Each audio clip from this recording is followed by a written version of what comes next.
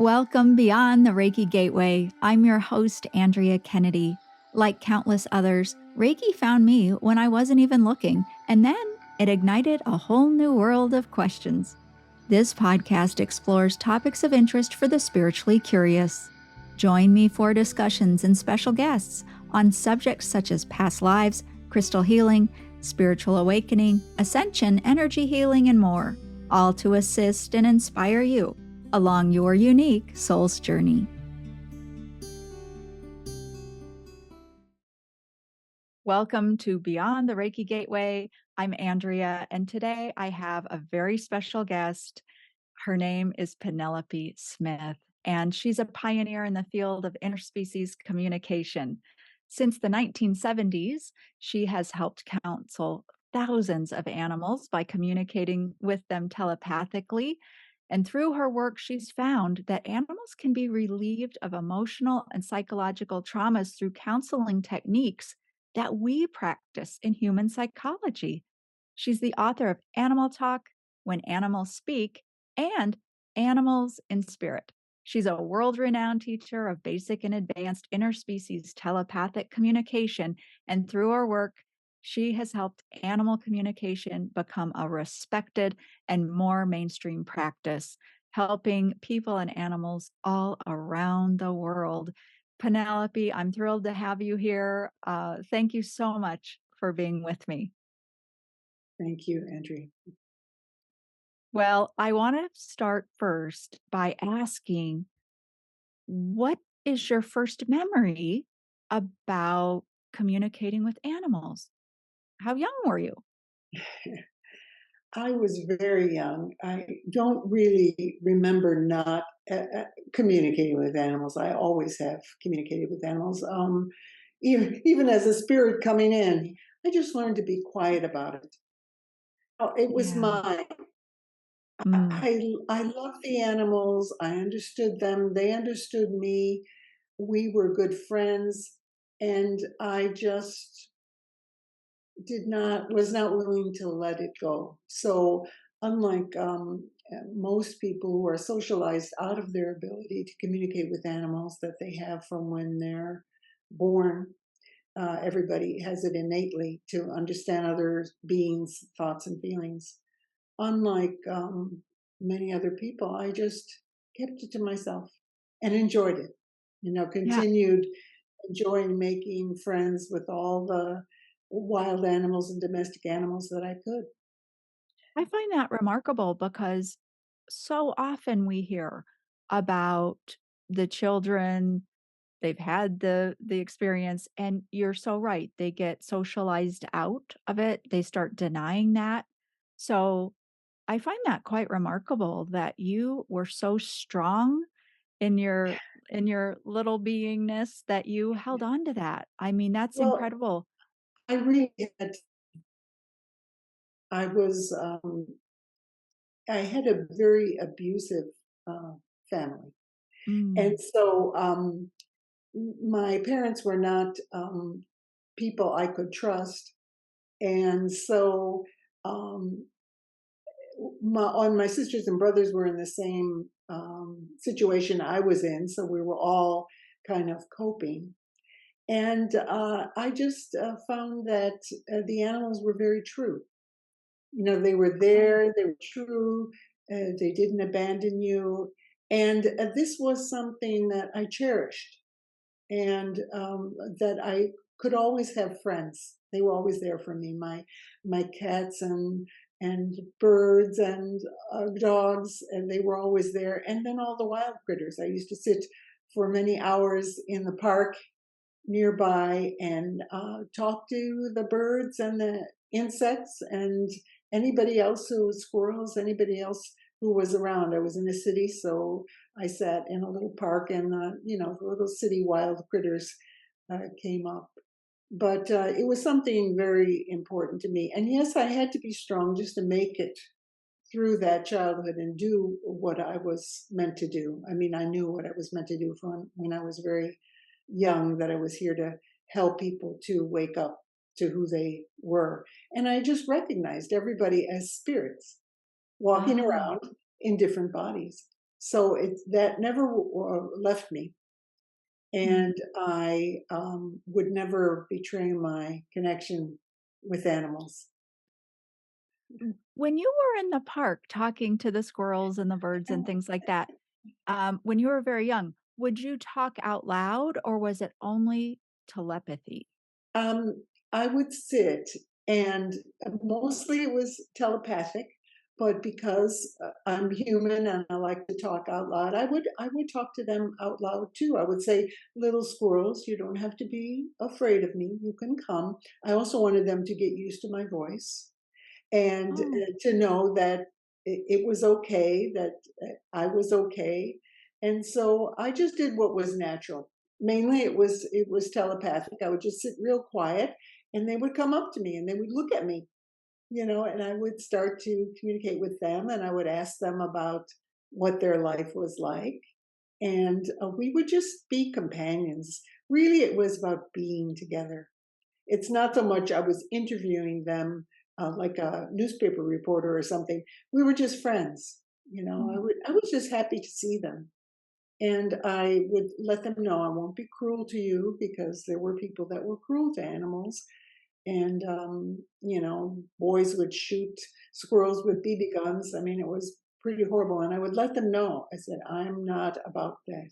I mm. won't do anything. I'm just going to sit here and you can come to me.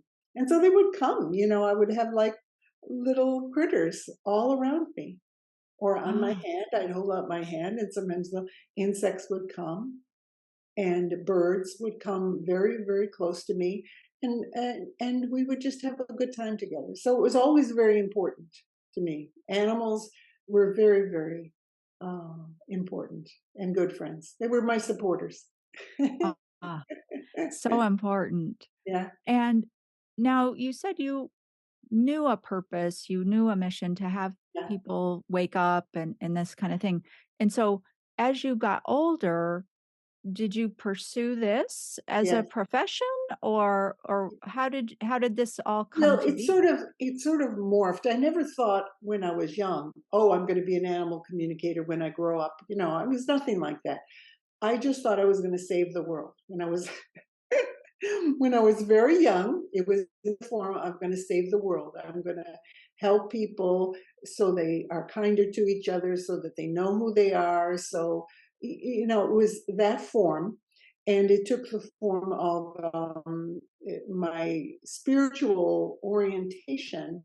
And eventually it morphed into a religious orientation to a more spiritual, general orientation. And then I went into psychology and sociology, but I saw that they weren't going to do it. And so I focused on spiritual counseling of people. And I found it very effective in helping people through their traumas, helping them realize they didn't need to be so afraid of life and that they could recognize more of who they were as spirits. When I started applying what I learned with people to animals in 1971 was my first session, my first counseling session with a cat. I found that animals responded so quickly. Like people, you take hours and hours, and they're going through all their head gyrations, their mental gyrations and the barriers and the resistances. And with the animals, they just listened and they just went, okay. And yes, I want to get better. And so I started really incredible results. I saw that um, this was a possibility of liberating people because they love their animals and they were willing to listen and open up. And the animals could teach them. The animals could help them to open up. Well, I totally loved animals, and this was very natural for me. It was the people I was after. The people needed the help. The people needed to wake up. If you communicate with animals, it's the people that need to change, the people that need to shift, the people that need to have more consciousness. And then the animals are helped. Without that, nothing's going to happen. Animals are okay as they are. But in relationship to people, we're trying to help people to understand more, to be in relationship more. So they understand more about their animals as a spiritual being. They start to understand more about themselves as Yeah. spiritual beings. Can you give us an example of that sort of situation? Because you had said you were helping people and then you Yeah, started applying that with the animals and you got yeah. such great results. So I'd love to hear an example of that. Let me give you my very first session, which I always love talking about. Okay. Uh, it was a cat named, the first session was with a cat named Peaches. And she had been, I lived in a apartment that I shared with other counselors. And someone had left town and left their cat. And her name was Peaches. She was a little black and white cat, real cute. But she was terrified of everything. She was terrified of people. She warmed up to me right away, and we became friends, which was generally pretty common that animals would gravitate to me. But she wouldn't go near anybody else. Okay, so one day she came in. I used to let her out. She used to go out through the window at night and then come back in when she wanted to. And she came in with a bite on her back, bloody. Her back was ripped open, and you could tell it was a bite. Another cat had bitten her. And so, I worked with the usual cleaning it and everything, and I expected it to get better. And instead, Peaches kept scratching at it, and it was getting worse. No matter what I did to try to bind it up or put uh, healing salve on it or whatever, she would find a way to scratch at it. And what was happening is the wound was getting bigger and bigger, and her hair was falling out. And she looked awful. My roommates were saying to me, "You got to do something about that cat. She just looks awful." So I sat down with Peaches, and I realized that obviously she had always been since I knew her, had been a very afraid kitty. So I sat down with her and I asked her the questions I would ask people about her trauma, about what happened. Tell me about it. And she started, and of course, I could get all this telepathically. I could get her images and her feelings and her thoughts. And she started running through a whole series of being chased by other cats, of being afraid of other cats beating up on her, of her always watching, and then also being afraid of people. Just a lot of fear. And I just sat there with her and I could feel all this emotion discharging. So she was running through incident after incident, peeling off layers of emotional trauma. And so then maybe it was 20 minutes, half an hour. I continued asking her questions, listening to her, but mainly she just started running it. She just really knew what to do. Once I asked her a few questions, that was it. She was gone into the process. So then she went to sleep, and I just could feel that something big had happened. And the next morning, her wound started to heal over. She no longer scratched at it, and the healing was very, very rapid. Okay, but the most amazing thing, within a week, her hair was growing back very nicely. But the most amazing thing was Peaches was like a new cat. She wasn't afraid of people anymore. She wasn't afraid of other cats anymore. She wasn't afraid of anything. My roommates thought I had slipped in another cat. They said that couldn't be her. She was jumping up on their laps. She was rubbing up against people, and everybody was going, "Whoa, this can't be the same cat." So I told them, I said, I've applied the same counseling techniques that we know work with people. I've applied them with her for trauma, and this is what has happened. So after that, she was like a new cat. And because she went out with a whole different feeling, the other cats never beat up on her again. She didn't have to run away from them. She wasn't a scaredy cat. And so she didn't attract that. She didn't attract being a victim.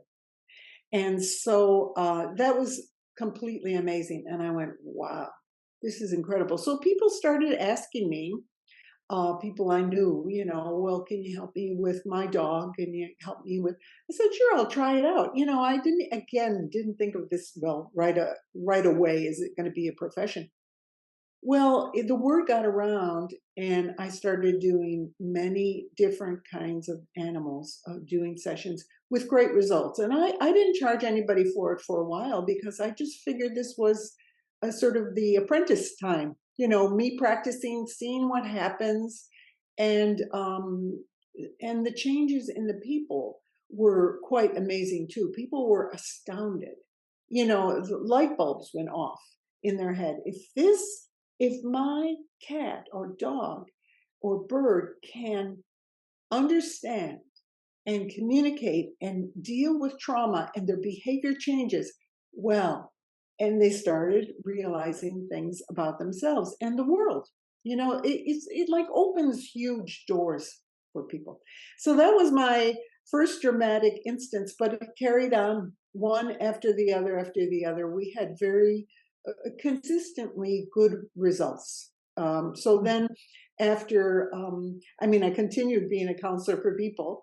And after a few years of doing this on the side, then I started charging people for it, and it became a profession, officially a profession. I really consider it was a profession from that first session, that first counseling session. Just communicating with the animals and loving them to being able to help them and to help their people. Yeah. And it just snowballed. It just one thing after the other rolled until people were asking me, well, can you help me with this? Can you teach me this? So then I was teaching, start out with a basic course, and then people said, well, why don't you write a book on this? I'd like to have something I could refer to. And away it went. So the 70s was sort of the seeds were planted, and then I was went around speaking a lot, doing lectures, doing a lot of media appearances, radio, TV, lots of newspaper articles, magazine articles, and then just seeing lots of groups. I just got out there until finally this profession took over. Right. It just happily. I mean, I was very happy for it to take over, and then away it went till we have today thousands of animal communicators around the world. I do believe it's thousands of people from all the numbers I get in countries pretty much everywhere, all over the world. And that was my vision in the 70s.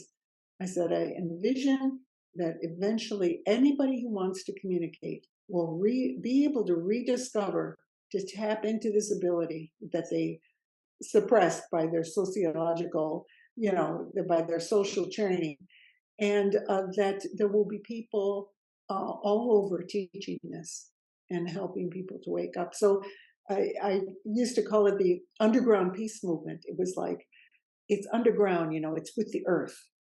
And it's popping up. It's popping up through the animals, through their people. And it doesn't have to be splashed all over like a, big media thing. It just has to go through the earth and through the people, really honestly communicating and opening up their abilities. So that's what's happened. Yeah. There's so much there that I wanna ask. So one of the things that I just wanna put on the side burner is I definitely want to get your thoughts on, people doing this, and offering some guidance to the listeners and the viewers about that. But before we get there, I'm still a little bit back with Peaches, I have to tell you. So, um, let's run back to Peaches really quickly. Sure. And my question there is, so you began to ask Peaches about it, and then Peaches just let loose, was Yeah. describing all of this to you. And then was there a dialogue? I mean, and Well, the reason I'm it really was with animals, you don't need so much of a word kind of dialogue Mhm. because it's done telepathically. So you get right into, that's what I found so wonderful with animals, is they discharge the emotions connected to the trauma, and they kind of reeled it, like will it runs like the images just run. And sometimes you have to ask a question with other animals, you have to ask questions to help them to remember, or to focus in on when the trauma started or how they can get into it. But with Peaches, I'll tell you, I think I asked her a couple questions, and she just rolled, and I just sat there and listened. I just held the space, for So her remarkable. to release her traumas. Yeah, I find that so remarkable because the simplicity, because a lot of us, we practice different modalities, Reiki or EFT, or you name it, right? And I love this example with Peaches because it's just natural. And you use the word, I believe, discharge the Yeah. energy, and all that need, and you also mentioned holding space. And so healing is very natural, wouldn't you say? And Yes. when given an opportunity, we really kind of innately know how to get there, but it's the opportunity to get into that space, I think, that we need. So I just love that because I think it's such a reminder to us how we overcomplicate things and Yeah. make things, and how we might overcomplicate things sometimes. Yes. Well, really, the number one thing that's required is being present. That's the foundation. It's a foundation for healing. It's the foundation for counseling. It's the foundation for anything to happen. So you're there present for the other being. And in this case, she had a lot of emotions to discharge. I mean, lots and lots of fear rolling out, lots of images of all the traumatic encounters that she had had of being chased and hurt, and away it went. But I was a trained counselor, so it was very easy for me. This was part of my training, is to be present, to listen, to not interfere, to let people open up and to discharge, and then to guide with questions, with further questions as needed, to help them to look. Again, Peaches didn't require much. And, after I started doing other animals, I found this was pretty much the same with all the animals, same with Reiki. Very simple with animals, very simple. And the acceptance. And of course, you always, with any healing or counseling, you're always getting the other being's permission. And then they just open up and accept it. It's very simple. And I feel like when people get back into that mode, when they get back into that mode, as you said, of simplicity, of being present for another and fully listening, not being into anything else, no multitasking, which is ridiculous anyway, but just being fully present, that's healing in itself. I find a lot of times with animals or with people, they just start talking to me. They just start releasing simply because I'm being present. I don't have an agenda. I'm just there for them. Of course, I'm fascinated with them. I'm listening to people, people meaning all species. It doesn't matter your body. And they love to be listened to. All beings really love to be listened to be fully heard by another being. There's an electrical thing that happens. It's a the discharge happens because there's an exchange of the energy that happens, that's allowed, instead of it being stuck. Like with Peaches, obviously it was stuck and she was hurting, so she kept repeating her behaviors. Oh, another thing I forgot to mention, that came up in the counseling session with Peaches, when I asked her why she was doing this, she said she discovered, again looking with another being present for her. She said, "Well, if I keep making myself really ugly, She was tearing open the wound and losing her hair. She said, everybody will stay away from me. And so this was her response as a very fearful being to keep everybody away from her. She was protecting herself. And so when all that discharged, she no longer needed to do that anymore. She no longer needed to tear the wound open, to have her hair fall out so that she looked really ugly and people stayed away from her. All these were mechanisms that, again, I would say with humans and the counseling, it would take many, many, many more hours to come to that realization. It's buried underneath all the suppression, all the holding back, it's buried. And when people start to unloosen that baggage, all that stuff comes up. And finally, at the kernel at the bottom, they go, oh, I had decided that this was what I needed to do in order to survive, in order to, keep people away from me because I was so scared. And with Peaches, it was a matter of, this all happened within, I would say, about 20 minutes. The entire thing. And then I thought, well, gee, is this going to happen with all animals? They're all different. Obviously, they're unique individuals. But I had results over and over and over again. They were not necessarily as dramatic as Peaches. She, Right. of course, I will never forget, and every detail of her story and her presence. And she lived a very happy life after that. She was just again, as my roommate said, a totally different cat. She was just happy and could relate to people, and she was brave. I mean, she was. Now I had courage, but she went to her natural state.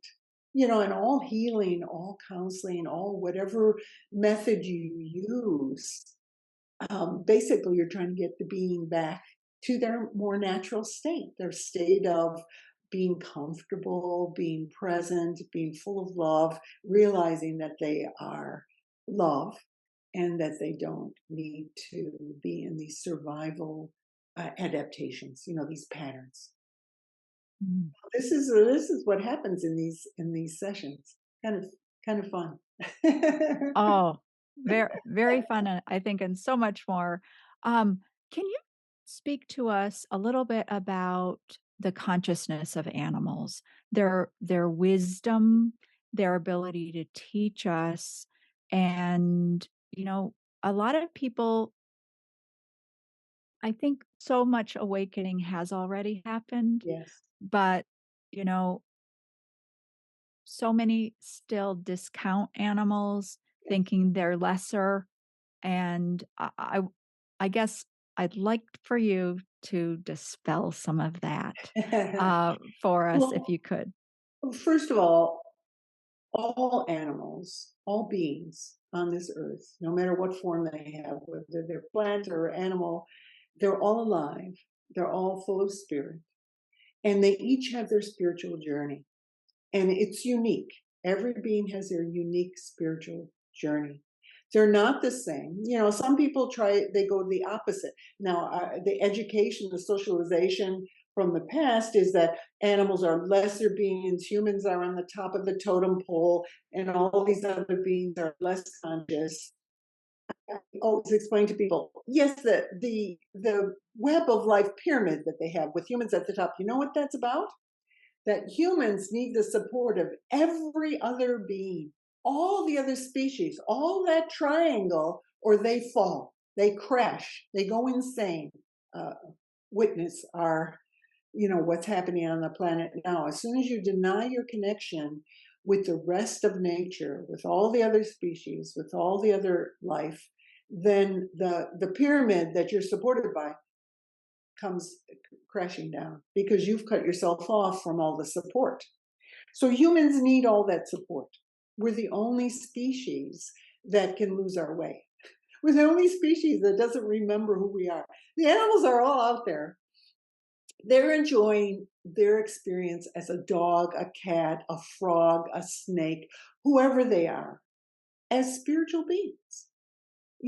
And so they obviously follow their species programs and do what a snake does and do what a dog does. And humans do what humans do.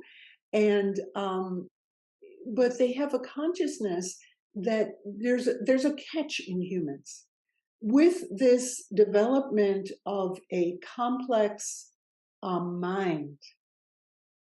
It's very beautiful for creating things, but people get lost in their minds thinking that the mental projections that they are creating are what is real, rather than their spirituality, their connection with their body, their connection with the earth. We're here having an experience on the earth. Pay attention to what the animals are doing. The dog wants you to go on a walk with them. Get grounded, enjoy, smell, look around, enjoy everything. So they fully, for the most part, again, some animals are very traumatized, especially when they have experiences with people, domestic animals that have experiences with people, but other animals can be traumatized by a lot of events and they can act differently than their true nature also. People go the opposite extreme. They go from, oh, animals are nothing, or they're lesser beings, and we are the only ones that can awaken, and the only ones who are spiritual, or the only ones who are whatever, or mentally superior. I said, the mental thing is a two-way sword. It's a two-edged sword. It's like beautiful for creating things, and also you can get caught in your mind and not realize who you are anymore. No, you don't recognize your innate spirituality and connection with the body, that you're having a human experience, as they say. You're in this human body having this experience. Well, the animals don't forget that. They go, okay, well, I'm having a dog experience, so I'm going to enjoy it to the fullest. Let's go on a walk. Let's smell things. This is great. So, but what people have forgotten is that these are spiritual beings, the same as us, who have their own wisdom, who have their own experience from life to life, not just this life, many, many lifetimes. And so they have consciousness and impart to us knowledge that many of us have forgotten. And so when it comes to how to get grounded, how to stay more balanced, pay attention to your animals. They can teach you a whole lot, and how to live in harmony with the earth, how to live in a better balance. These are things obviously that we have to learn before we end up destroying ourselves and the rest of the planet. It's because we've divorced. It's a split into the mind, into mental cogitation, away from the body and spirit. We need to bring all of them together. Body, mind, spirit needs to be together. So you don't see animals splitting like that. Again, unless they've been severely traumatized or drugged or whatever. You don't see them splitting like that. Mind, body, and spirit kind of runs along together, enjoying itself. You look at your cat. There's that being looking at you. Yeah, also being a cat. So they're enjoying what cats do. They're enjoying their catness. But there's the being who can tell you, hey, sit down and meditate with me right now. You're off center. You're like scattered. Sit down with me. I'll sit in your lap and help you ground. Yeah. And sure enough, there you are. So you get people now all over the world who are able to tap into and get the messages and communications of animals and their wisdom. And so again, don't go to the opposite extreme like some people do. They go, oh, the animals are all angels. They're way above us. They're beyond our reckoning, or they're all our teachers and we're nothing. People put humans down. And it's self-hatred really is what it amounts to. Well, we obviously need help, but we obviously are also the same as all our animal friends, full of love, full of life, and we can learn from each other no matter what kind of body we have. So there's tremendous wisdom, and many of our animal friends our domesticated animal friends, they're here to teach us. They're here to help us. I wouldn't live without animals. I just go, wow, I would be lonely on this earth. I mean, I have human friends and I totally appreciate them, but I also appreciate my other species friends of all forms, whether they're microbes or elephants or rivers or mountains or dogs or cats, whoever they are. We're walking together on the earth Mm. in a common consciousness. And humans have the additional challenge. Are you going to get lost or are you going to remember? So when I was young, I knew I had to help people to remember, just to remember who they were. And that's been my whole goal through all my threads.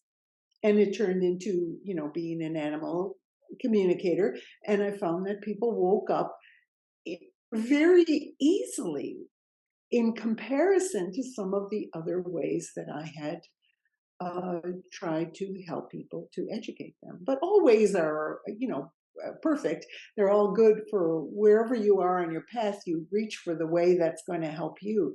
But I would say that the way with animals, with the rest of nature, with the rivers, with getting back in touch with all our fellow beings, is a way where that is so full of joy, that is full of relief, and just is delicious. Really, it's not this rushing around in our heads till our heads hurt and we're feeling stressed to the max.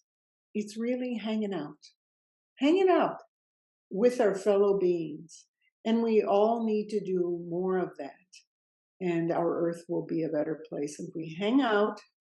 Well, there's no way you can do the kinds of things people do that poison and destroy other creatures and the whole earth if you're hanging out and Right. realize who they are.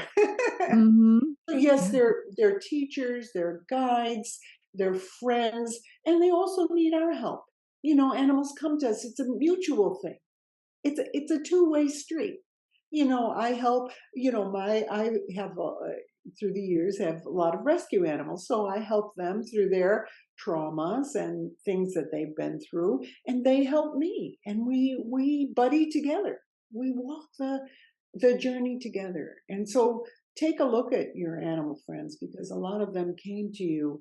They have a special niche in your life, to help you be more aware and just to be able to weather the storms of being on planet Earth. It's not easy. And the human condition, animals realize that it is not easy. It is tough. People just get so lost. And Mm. they're willing to help us. They just sit there and they just go, hey, how about you sit, I'll purr and you hold on to me and I'll help you. Mm. you know or Right. or you walk or you get on my back if you're a horse and just hang on to me and we'll walk together, we'll learn together. It's a beautiful thing. It's a very symbiotic thing. We really honestly cannot get along without all the other beings. That's what the pyramid is about. It's not about being superior. It's about needing the support of all these other beings Yeah. supposedly below us. Mm. They're not below us, but we're all in it together. Yeah, I look at it as a partnership. Yeah. We're here in partnership. And I want to talk to you a little bit about the cycles of life. And you mentioned multiple lives for animals. And, one of the things, I've had animals in my life for as long as I can remember. And one of the unfortunate things is they don't stay with us, you know, very long sometimes. And that can be so hard for us as they pass on. And I'd appreciate your perspective on that. What is an afterlife like for animals? Do they come back? So I'll just give you a few questions and then I'll let you run with it. But So the first question would be about that, about what is life like for our animals when they cross over? And then, what about coming back? Do they sometimes come back in a different body to the same people? Um, yeah, I'm curious about that. Um, My book, Animals in Spirit, and also When Animals Speak, has a lot about what happens to animals after they go. And it's a really quite a beautiful thing to communicate with animals after they go. Um, Again, I've communicated with so many beings from when I was very young. I used to communicate with spirits all the time, spirits who went on, etc. So humans and animals. Again, it's often a different experience when a human is very aware and they depart their bodies. They tend to go into a very beautiful space of expansion and awareness, connection with all life, with all the other beings they knew, but all the beings that they knew on Earth and all the beings in other dimensions.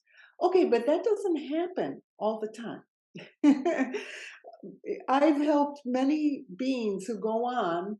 I'm thinking of particular people who were not aware of themselves as spirits, and they're completely confused.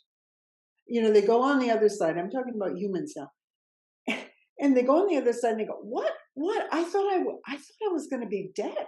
I mean, I thought it was done. I thought it was like, what is this?" And because I'm telepathic, I can help them. Because I can tune into them. I can say, "Well, this is what happened. Yeah, I know you said you were an atheist, and so etc. But now you're still but they tend to be sometimes feeling trapped in worlds or in darkness.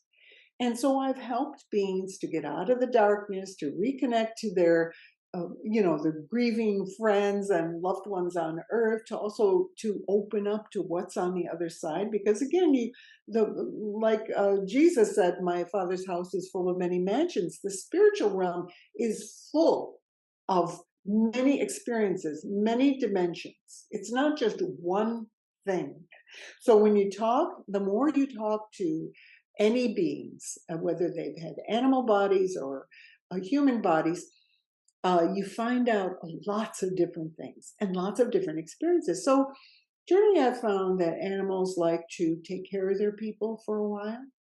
They go into a state of incredible expansion, opening, feeling peace and joy, and they've let go of their bodies, and they just go, "Wow, this is so nice." Especially if they had illness and they had lost functioning of their body. They go, "Whoa, I'm so happy to be free of that." Not to be able to run and dance and fly and be a spirit. And oftentimes they'll show you the image of what the body that they just were in, so for recognition's sake, that they are running as a dog or whatever. So they go into a state of expansion, but often they want to also take care of their people, make sure their people are okay. So there's a real opportunity. I say to people, stay in touch with them as they're going through their process. Stay in touch because you'll feel that warmth. I mean, it's incredible to feel what happens after they go. That warmth, they give you that love. Yes, you grieve. It's natural to grieve the physical presence of an animal that goes on. I, that happens to all of us. It's our natural feelings. But when you connect with them as a spirit and you start to feel and you connect with how they feel, and also people normally have a lot of guilt trips they put on themselves. They say, "Oh, I could have done better," or "Maybe I didn't do the right thing." And the animals having none of that. They're going, "Wow, I had a wonderful life with you. Thank you so much." Or, "Yes, it was a short life, but that's what was in the plan. And it was great. I loved living 3 years as a cat," or whatever. "Yeah, but I had to move on. And now I'm doing this. And it's just great. And I'm going to help people on earth from the spiritual realm. And I'll continue to help you." I just got an email recently. This was so heartwarming. This woman wrote to me. She said, I had a consultation with you about, um, I think it was 30 some years ago, something like that. And she said, I'm writing you now because my daughter has a question. And you communicated to her. She was in terrible grief because she had just lost her animal friend. And now I forget if it was a dog or a cat. She had just lost, let's say, a dog, and I forget who it was. She was inconsolable. She was like 5 years old. And she said, no matter what I did to try to console her, she cried. She'd been crying for 3 days when she called me. She said pretty much nonstop. She couldn't do anything for her. So she said, you helped her so much. You talked to her. And I tuned in with her dog who had gone on. And she told me in the email, she said, you told her that my dog, her dog, was an angel now, would always be with her and was looking after her, which she was. She was looking after her, and that you could never lose her. You would never, ever lose her. You were always one in your hearts, and you could communicate to her at any time. She said, after that, after crying for 3 days, she stopped and she was happy. She completely changed. And now she was writing me because this was like 30 years later, and her daughter, of course, was an adult, and she was had learned some animal communication, and she had some questions. It was just so heartwarming to me to hear this. Of course, I don't remember that consultation because I've done thousands of consultations, but it was so endearing, so sweet, so touching that because the child could recognize the truth. Right away she got it. And she right away connected. She didn't have the barriers. It's very hard with our human socialization. You get people who just go, no, I can't connect. I can't connect. I can't connect with them. No, no. And I just go, okay, your dog, cat, bird, horse, whoever it is connecting with you right now. You need to take a breath, feel the earth, drop the message you're repeating to yourself that you can't connect, and honor the relationship, the beautiful relationship you had in the physical realm, and you have forever with your animal friend who is right here with you. And sometimes people open up, and sometimes it takes them longer. Because they have a lot of barriers. This is the barriers that I've said. People have mental barriers. The mind gets in the way, and it gets all jumbled up with constrictions. I can't do this. I can't connect. How will I know? What will happen? And once they connect with the animal, and of course, many people do through a consultation with an animal communicator, or reading my book, or reading other people's books on what happens after dying, they connect, and then they feel it. Then they feel this deep love washing through them with their animal. And so animals go on, they'll show you a lot of different things. So, a lot of times animals will show you the freedom that they have in running now, or flying now that they're flying as a horse or whatever. Or they'll show you the friends that they've connected with, the realms that they're visiting. It goes on and on, again, connecting with many humans, many animals. I've seen so many things in the spiritual dimensions. It's vast, and it can be anything. So when people say, well, what happens in the spiritual realm? I said, it's going to be a very individual experience, yet there are commonalities. The commonalities is when you recognize yourself as a spiritual being, you expand, you feel incredible happiness, joy, connection with the all, with the allness of who you are and that everyone else is. And this, again, has been related in people's near-death experiences, and also people who relate their past life experiences. And I was part of my counseling training was past life counseling. And so I know that people can remember but they need it into a space of allowance to allow that. Yeah. And that is not always the case with people. People are our project. That's why they need the help of so many other beings. Yes. Right. Yeah. And what about the reincarnation? Do they sometimes come back to Yes, their same people? yes. Very, very common. With my animal friends and with many people's animal friends, they do come back, but again, you can't desperately will them back. People will get into this, oh, they must come back to me, or how will I know? How will I know? They get all this desperation. It's not about desperation, it's about connection. If it is part of their spiritual journey to come back, to reincarnate, they will. If it is not, they won't. You can't force them. You can't make them. Oh, I want them to come back. It was so interesting. I'll give you an example that's coming up for me. My former dog, Linda, who died in 2018, and she was almost 16 years old. And she had said to me early on, she said, "Oh, I'll be coming back to you because, it's too short of a lifetime. I need to take care of you for longer." Well, as it turned out, when she went on, it was Pepito, who is my current little dog. It was his turn, and he and she are really united. Well, we're all united. We're in the same soul family, as I call it.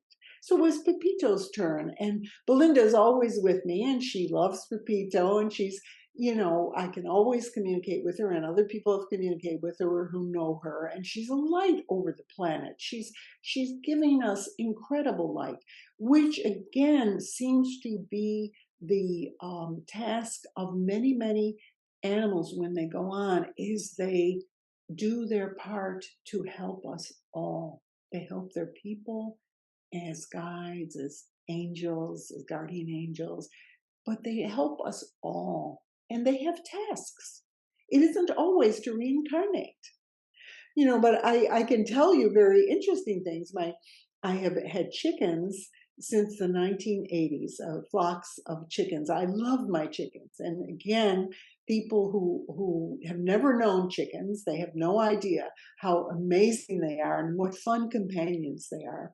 So many of my students who did advanced courses at my house were just astounded to meet chickens and feel them as fellow beings and communicate to them and get the wisdom from them. But my chickens, over these years, many of them, they recycle. I call it recycling. They just recycle back into the flock. So they go, they live. I've had chickens live as old as 15 years, but that's very, very old. Average, and mine are bantams, so they live a little older, like small dogs live generally older than large dogs. Okay, it's the same with the chickens. The small ones live longer than the larger ones. So average is about 6. Okay, so some live shorter lives, some live longer lives. Okay, but a lot of them want to come back. They say, well, okay, when are you getting chickens again? Okay, I'll be there. So I recognize them. I've had as many as 4 times I've had beings who were my chickens come back. Okay, the most recent time, this was phenomenal. I wrote it up in a blog. So if you want to read the whole details of the story, you can research back on my blog about when my chickens came back. This most recent flock, year and what was it? A year and a half. It was June. Okay, we're now, yeah, the dates are going. It was June 6th, and they chose the same birthday.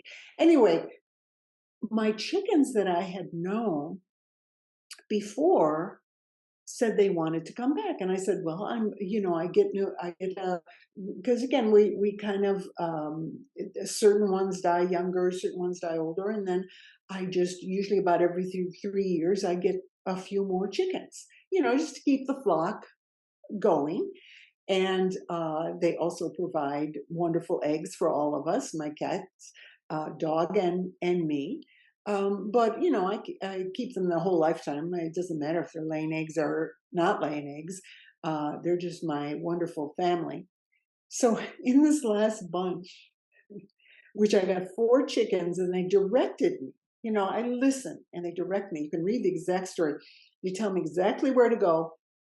The beings were all lined up. They told me ahead of time. Some had just recently died. Some had died like a year or so ago. This is like a phenomenal reincarnation. First time this ever happened to me. 4 beings who had been with me before came back again. And I kept their same names because they wanted their same names.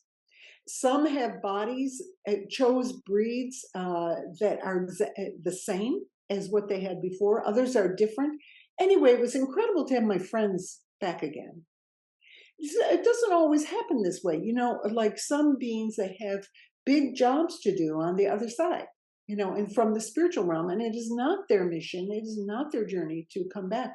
Yet I always feel connected with them, you know, and recent death, the most recent one was of my tortoise, Mo, who was a very, very advanced soul, very wise soul. People fell in love with him as soon as they met him. And he just recently died in May. And then his counterpart, Ma, came, who is also a tortoise. But Mo is right there. Mo is right with us. And his presence is so amazing. Like they go together. Mo and Ma, they're like half of each other. And of course, Mo's body is in the ground right there. It's an amazing thing. But he was not destined to reincarnate again, and so Ma came to me, and she's carrying on. He had told me before he died. He said, "I won't be living a long tortoise life." He was 26 when he died. They can live much longer than that. He said, "I will be going before you go." But he didn't tell me when or anything. And I just thought, well, maybe it's going to be sometime in the future. I won't tell all the details. You can read my blog if you want all the details of how he died, how he exited. And again, it's a plan. You know, we have our plan of how we're going to exit. And some people think, you know, when they're in their human program and not in their bigger picture as a spirit, they often go, "Oh, that was a terrible death. Oh, why did they die that way? Oh, they were young. Oh, they could have lived longer. Oh, this, all that." All human thinking, nothing to do with the bigger reality of how beings travel and recycle through many bodies and have many different experiences, whether as a tortoise, as a human, as a dog, as a cat, or they have a series of human experiences or a series of cat experiences. Everybody's different. I learned from each being that I talk to who has gone on. But I just don't, yes, we feel our grief at their departure, and that has to always be acknowledged, our loss. And I would just say, when you're in touch, when you connect, then you can't help feeling all the rest, the expansion of that being, the fact that you're still connected, the fact that you're greater. I felt after Mo left, I felt a comfort, an incredible comfort. I knew that he would be a special at my death. You know, it would be like opening the gates for me. You know, it was just special. Again, all the animals and all my other friends, whether human or non-human, but it was a special. It was really comforting. But you can't feel all that if you stay in your thinking. Mm. You know, you have to get into that Reiki mode or of healing, of that, just that expansion of being open to what is the bigger picture. The human experience, the earth experience, is a recycling experience. It's energy just going round and round and round. Bodies come, bodies go. Energies, you know, it's just like the food cycle. What is that? It's an energy exchange of beings exchanging energies with each other, round and round. And so the bodies go and the bodies come. You know, I find with the wild animals often have such a an innate sense about this. Of course, all beings are programmed for survival. So everybody fights to survive. Like the rabbits know they're going to be food for a lot of all my wild animal rabbit friends out here. They know they're going to be food and are food for a lot of creatures. And so they procreate a lot, and there's a lot of them. And yet, of course, they run. And then they let go. And then what do? A lot of them just recycle. They just go, okay, well, there's a nice mom having a little family there. I'll just continue my rabbit experience. It's Hmm. not a big deal.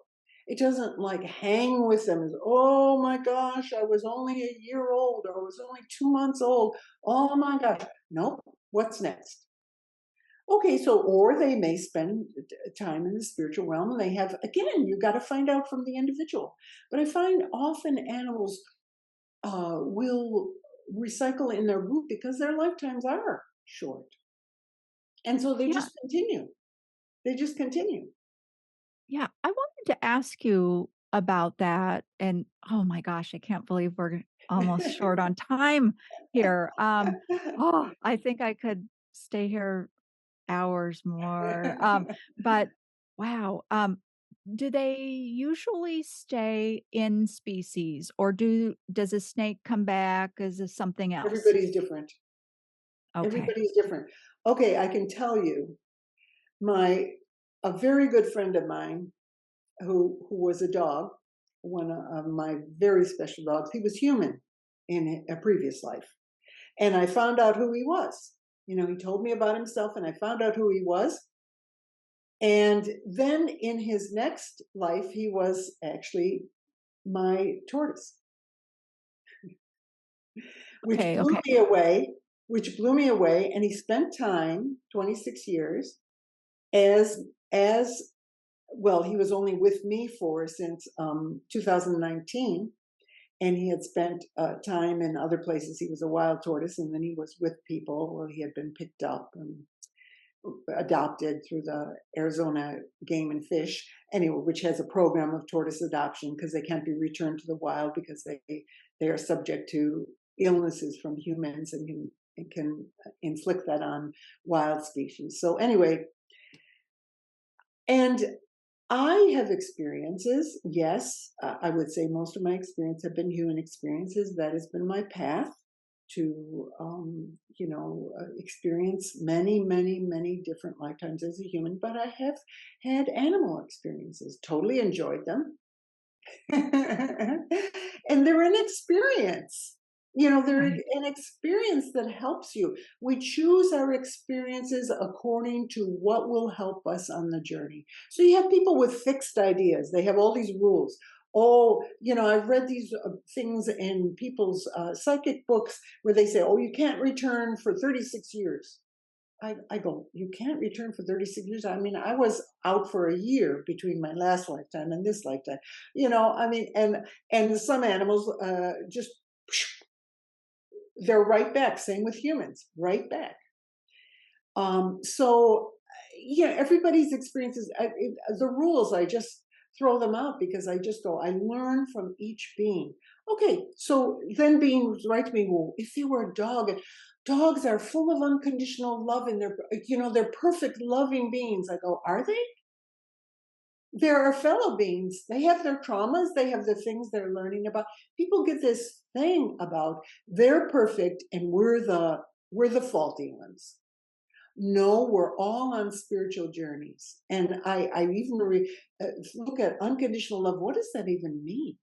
Your dog wants you to treat him well. Your dog wants you to feed him. Those are conditions. I mean, I would call it more pure love, but we all have that. We all have that within us. But people recognize it often more in dogs than they do in their fellow humans because they have a lot to work out on being human. Okay, so people say, why would a dog who is perfect and an angel and full of unconditional love, why would they come back as a human? I go, what's the deal with coming back as a human? I go, this is their journey. Beings do whatever is right on their journey. So they experienced being a dog for a while and totally loved it. Okay, now it's their time to be a human again with the Yeah. challenges of being human. And there's challenges being a dog too, especially with humans. Yeah. Gee, That's so really true. you can be anything that you want to be. There are no, this I was faced with in the 70s when I got into this, people who said, well, the animals are like nothings, or they're lower, or there's this theory that if you do wrong, your karma's bad, then you become a snail or Oh, something. And I go, it's nothing like that at yeah. all. Yeah. You may need to learn, like, I learned from animals in zoos who were traumatized, that from some of them, that they had been poachers in their last lives, that they'd been humans and done horrible things to animals. And now they were an animal in a cage. To learn from that experience, to learn how to have compassion for who they didn't have compassion with before. So anything can happen, and there's no stigma on any species. Now people put big stigmas on the human species. Before, it was everything else was lower. If you're a microbe, you're a nothing. Well, you're not. If you're a rock, you're a nothing. Cosmic. You're cosmic with an understanding much greater. Yeah. It's often opposite to what humans have been trained to think. So I Mm. just listen. What do the animals tell me? What do humans tell me when they go on? Or when they're here? What do they tell me about their experience? Who are they in touch with? What do they realize? So again, your dog is not, they're not all the same. There's not just one dog. They're each individuals. And so you learn from each of them, or each human is an individual, each fly is an individual, each snake is an individual. Yes, they all have traits of their species. Humans all have the human condition. Mm. They all have things that they can understand and relate to because it's part of their programming. Same with dogs, same with cats. I just have to interject here for a moment and just say thank you. But I am a person who does not believe in all the rules. I used to. I used to. There was a time. And, when you mentioned the book and, oh, you can't do, reincarnate for 36 years.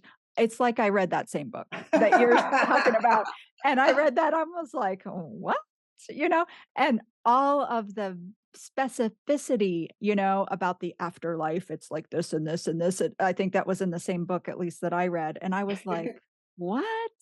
You know, so I just have to say how refreshing it is to hear you talk like this because I I don't hear it very often. Yeah, Ah, and Penelope, we're gonna have to go soon, but and I yeah, had mentioned before, I wanted to get into tips for people, and I think you've given the answer through the show, and it's really all about simplicity and coming back to who we are and just being.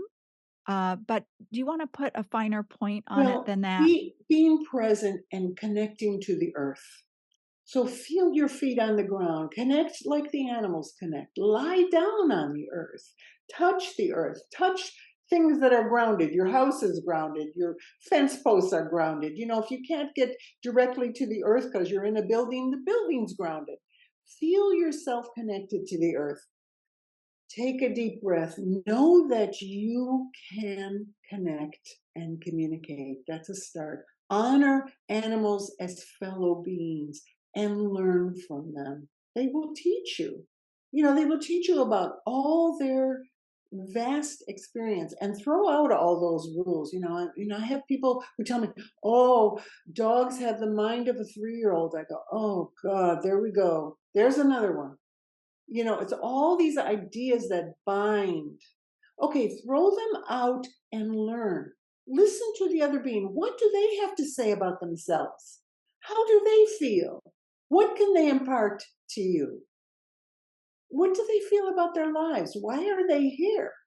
Listen to them, and they will teach you. Throw out. I mean, I can say there are some general things, but don't get too bound down in all the thoughts about how it's supposed to be, because the next being you talk to is going to show you something different. So, like I said, there's vastness to the spiritual realm, many mansions, many experiences, and the same thing goes here. Many experiences on the earth. Are we all living the same life? Many experiences here. Find out what other beings are experiencing. It's a beautiful thing. It is. It is. Oh, Penelope, thank you so much. So much to unpack through this whole show. Our listeners, they're going to want to find out more about you. Where can they go to best connect with you? Go to my website, animaltalk.net. Animaltalk.net. That's where you All find right.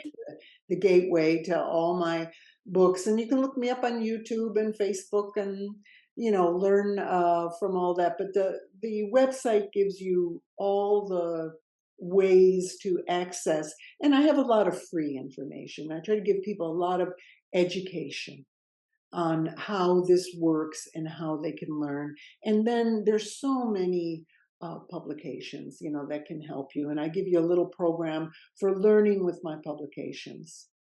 And yeah, that's a gateway. And on that, you'll also connect with other animal communicators, because I have an animal communicator directory on my website. Lots of